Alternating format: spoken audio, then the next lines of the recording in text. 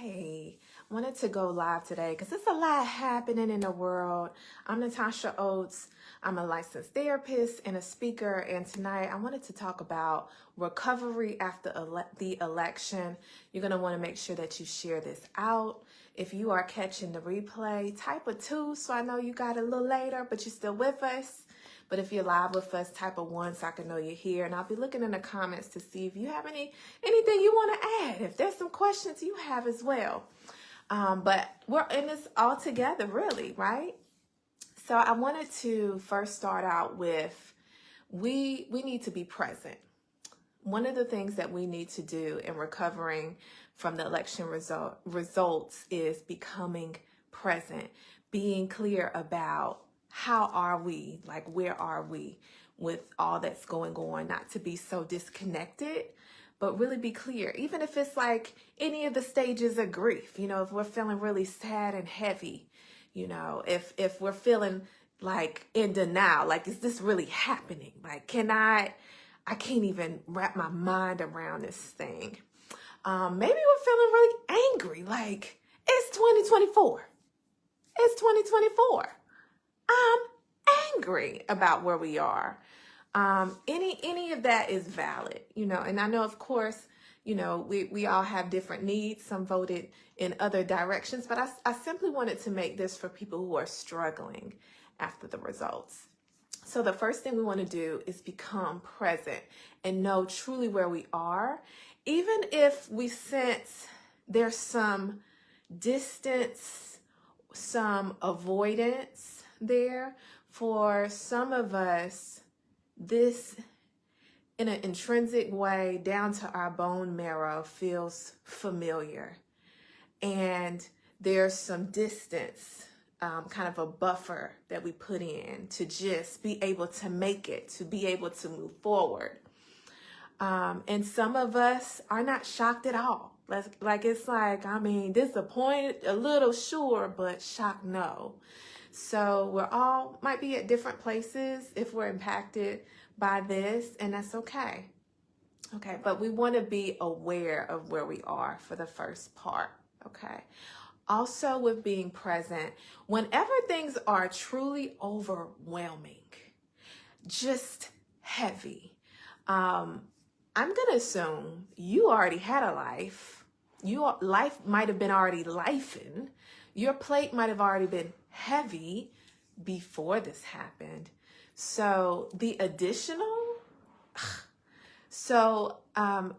getting in the present is really important and helpful, because when we spend a lot of times in our mind about the what ifs and the what could happen and when is it going to happen, if we stay there too much, consider the detriment and the impact of that, right? And then we need to just be able to get in the present. So one way of doing that is a tool called grounding, to keep us from being in the future, to keep us from being in the past, to getting us right in the now. Because the ground underneath your feet in this moment is stable and solid. In this moment, maybe you're in your bedroom, maybe you're wherever you are, you're in a certain room, right? You're okay. And sometimes in some moments, we need to be reminded that in this moment, I'm okay. I'm going to have my moments where I'm trying to prepare for the future. Maybe I'm concerned, maybe I'm worried, maybe I'm sad, but we need moments where we can center back in. And ways we can do that, for some people, they like to go outside and they like to take their shoes off and walk in the grass, and that's fine. After a while, it's going to get a little cold, right? And so, yes, it can be helpful to be in nature, take in all that you see visually and the sounds and everything you feel and the temperature, to really become present. But there's some practical ways we can do grounding indoors as well. We can get present indoors. Some people sit on the floor, like, crisscross applesauce up against the wall, and really be supported by the solid wall and the solid floor, and just touch and remind myself, I'm okay. I'm okay. Or I'm sitting still and I'm safe. There's something that we can reassure ourselves in the moment to bring us to the present and to not only have gratitude, but to remind us that in this moment, I'm okay. So it's so powerful to be more present, and grounding is a really great way to do that. I'm going to check to see if there's any comments too. Let me know, share this out. Let me know if you're here live. You can dial a 1 in the comment section, and you can also list any questions you have or any comments, because some of y'all are like, I'm feeling it, I need this. Let's see here. So while that's coming up, I'm going to go back to my notes. So the first thing we talked about was be present. Okay. We can do that through grounding. We can do that through gratitude. And I know, it can come off a little cheesy. Gratitude, list what you're grateful for. But when you really think about the beauty in your life, the people who are loving, the people who are supportive, the things that you do have in terms of your livelihood, there's some things that we can grasp a hold of and just be present with. As we take a minute in the midst of all of the chaos of life, as we take this minute, we can do that. We can give ourselves permission to do that. So being present, we talked about being grounded. We talked about gratitude. The other thing with being present is slow your butt down. Slow down. And remember I talked about know where you are, do an assessment. How am I really feeling and doing right now? Where am I really at? What do I really need in this moment? Instead of simply just going, nonstop. So we can get present in all of those ways. If you're catching this, make sure you share this out. Somebody on your feed needs to hear this. Somebody needs to be encouraged. Today I'm talking about recovering after the election. Okay. So get moving is the next focal point. Get moving. There's a lot of sugar honey iced tea that we need to get out of our bodies, okay? We need to get a lot of gunk and stress and worry, weights that are holding us down out of our bodies. And because this is a lot, it's not going to be just a one day, a one-time thing. So we can do that by doing things like breath work, by doing things like movement through our bodies. Some people do yoga. Some people stretch and breathe slowly, okay? We need to be intentional about it. We might need to sweat. We might need to box, especially those of us feeling a lot of anger and we need to do whatever we got to do, even if it looks like it's doing the most. I know for me personally, I have had lots of beautiful sessions with clients. And prior to that, I made sure that I was doing all kind of things to make sure, I'm able to be present. I'm able to get some of this gunk out, that I have what I need to be as okay as I can today, right? So I want to urge you, do the same. Don't assume that you just gonna wake up, go to work and do all the things. Really go that extra mile to get what you need. So far we talked about being present. We talked about get moving.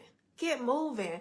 I really like something that resonated with me this morning was a form of movement that has invited a lot of joy. I hadn't done this in a while, but I'm really a person that really likes to value heritage, culture, community, and I found this workout group, Kukua Fitness, and they do African dance with fitness, and it just gave me so much joy, and I got a release, and I got to cry a little bit, but I got so much joy too. And so I want to urge you all, don't just move, but move in the way that you need it most. Move in a way that opens up your soul, your body for peace, for joy. We need need all the extras today, okay? We need all of them. So, we talked about being present. We talked about get moving. Speaking of get moving, I've been hearing a little bit of the chatter. Some of y'all really trying to move. Y'all really trying to move out the country? Y'all trying to go leave? Some of y'all. The get moving I really want us to focus on too, though, is get moving away from too much TV, too much in the group chat, too much social media, okay? There's these constant news cycles, play-by-plays, everybody's opinion. And you know, I don't like to talk about nobody, but it's a lot of misery on social media. It's a lot of misery on social media. And so if we're already heavy and we're already churning and going through these pieces, we need no extra. So at a minimum, we want to be informed, of course. So look and look away. Look and look away. Have a cap. At least pay attention to when you feel a shift in your body that this is too much for me, and be willing to disengage and detach as much as possible. I don't do a whole lot of social media breaks, but honey, to these past few days, you know, I pop in and I pop out. I pop in and I pop out. I don't need anything else, you know. So that's that. And hello, Miss Oates. Thank you for your comment. Thank you for being here. So we got be present, get moving. Y'all get out of the all of the engagement of this is too much. The other thing, the last thing is make some meaning. In the clinical world, when you're talking about the grief process, and I know we're not talking about anyone passing away, but for some of us, these different emotions are a form of grieving, okay? And more recently, as different experts look at the grief process and the stages, they've added a new one where it's beyond just acceptance, but finding meaning. And what an opportunity for us, and maybe for some of us, one of the most hardest times, to dig down deep and find meaning and re-engage with purpose, to nurture our spirit, to really get in tune. A lot of us maybe resonate with, in some of the darkest places in my life, strength has risen up in me too. My spirit has met me there too. So we want to be cognizant of mind, body, and spirit, and really help in all areas. Now, I want to thank you all for just tuning in here. I want to give some information on some free and low-cost opportunities for counseling, because I know everybody doesn't have insurance. Everybody doesn't have it like that to pay the full fee for insurance. And so I'm going to put that information in the comment section in terms of just public in the Charlotte area. Well, actually, there some of these resources you can use nationally. But in terms of affordable ways to work with me, I want you to know that I am in network with some EAPs. We do accept medical flex spending, so some of y'all need to go on and opt in and see me. And we're also some collaboration with quite a few foundations who will pay for counseling. There are some, including Loveland, including the Boris Henson Foundation, Free Black Therapy, and Mental Health Liberation. Those foundations will allow you to use their vouchers to pay for therapy if you qualify in terms of your financial situation. So let me see, did I get everything? And lastly, another affordable way to work with me, we do have a free inspirational texting service. So on a weekly basis, you would get some encouragement from us over here at the Up Company. So I want to thank you for listening. Make sure you share this out. And if you want to learn more about us, if you want to get a free consultation, tell me more, you can go to www.upcompany.org. And I want to encourage you, mind, body, spirit, be about that.